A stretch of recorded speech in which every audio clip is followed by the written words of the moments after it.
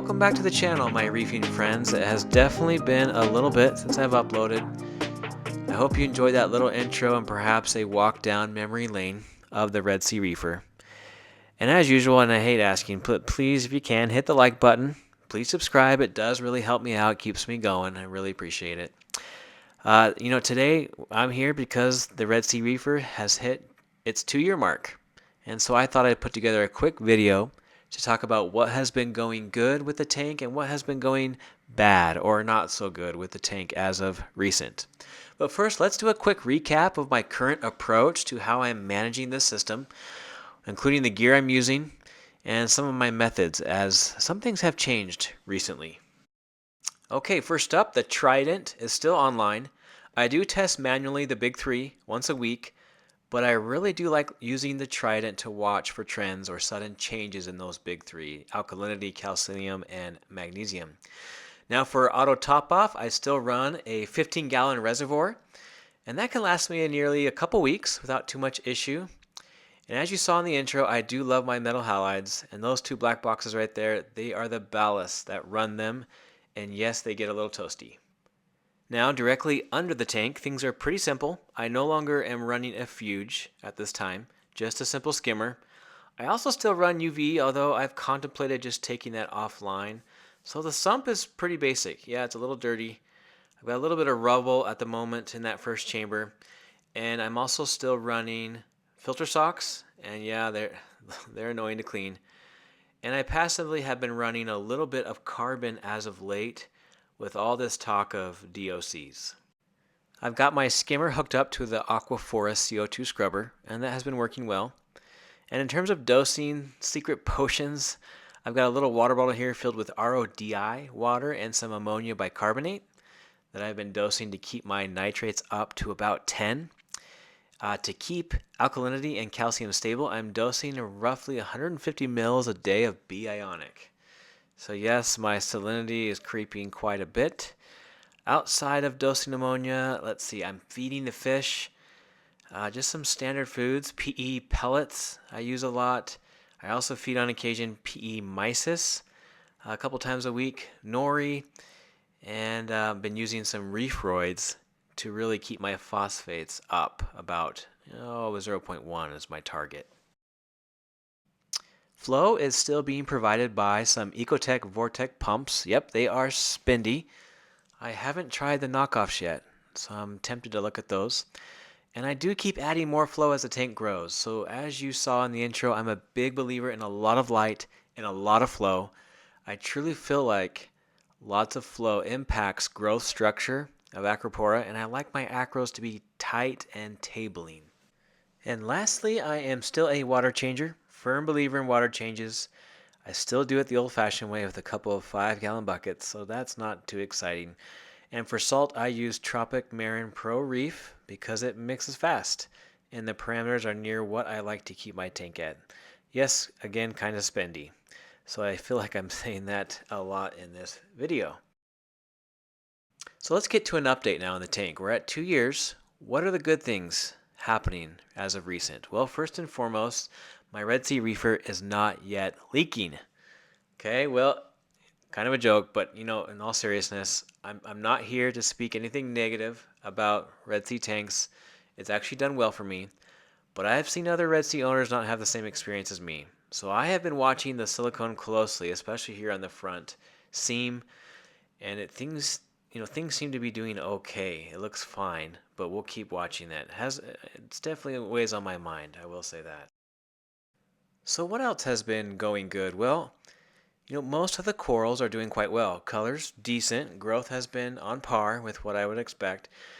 In fact, I recently won a Battle Corals Grow Out competition. So some of you may have seen my video about that, which was a little bit of a surprise, but I had a really fun time with it. I actually would recommend folks enter these types of competitions. I found that it really helps you stay engaged with your tank over the course of a year or however long the competition is. And speaking of a year, this is how the tank has transformed over the last year. Most all of my 1-inch frags are now nearly mini colonies, and trimming of the faster growing stuff is now part of my maintenance routine. Now let's talk about the not so good or the bad.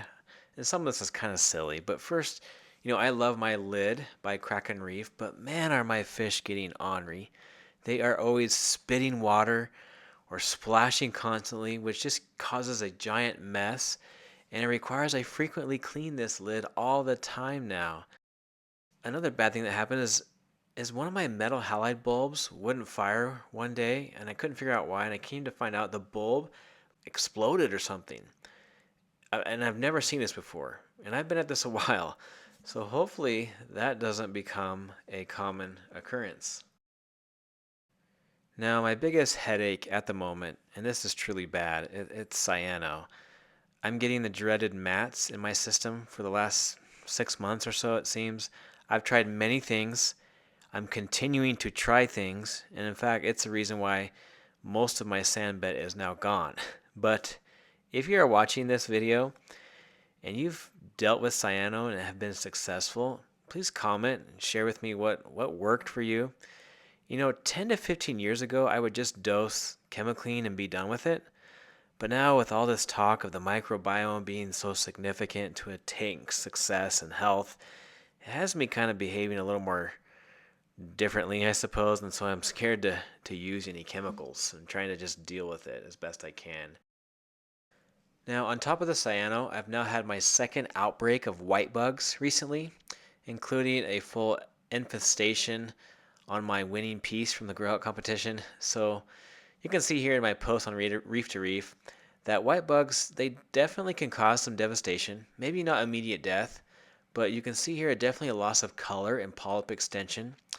So I just completed another round of treatment, and I may need just to treat the tank every 6 months or something. I don't know. I'm not sure. I think many hobbyists probably have them and just don't realize it. They, I think, are quite prevalent now in the hobby the last 2 or 3 years among SPS keepers. A few other negatives. My Paletti yellowtip has some odd growth going on, and I'm not sure why. It has some appearance like a person took a cheese grater or some sandpaper to it and roughed it up. I'm not sure what it could be. It's not getting pounded with direct flow, and I don't think I have anything munching on it. There's no tissue necrosis either, but it's odd for sure. And then one of my favorite corals, my ORA pearlberry, it just continues to not grow, and I don't know why. And I don't know why your favorite coral always has to be the one that doesn't grow. So if anyone has any tips on promoting growth out of a stagnant acro, definitely comment below. And lastly, the tank Coral warfare, it's now all too common in the tank at 2 years. But beyond that, if you look at this picture, I also have these worms boring into the corals.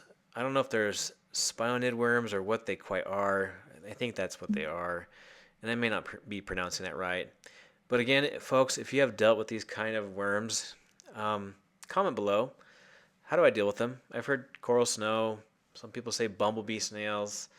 I haven't done a lot of reading. I really need to dig into the literature about it, see if there's anything that exists that will help me deal with them.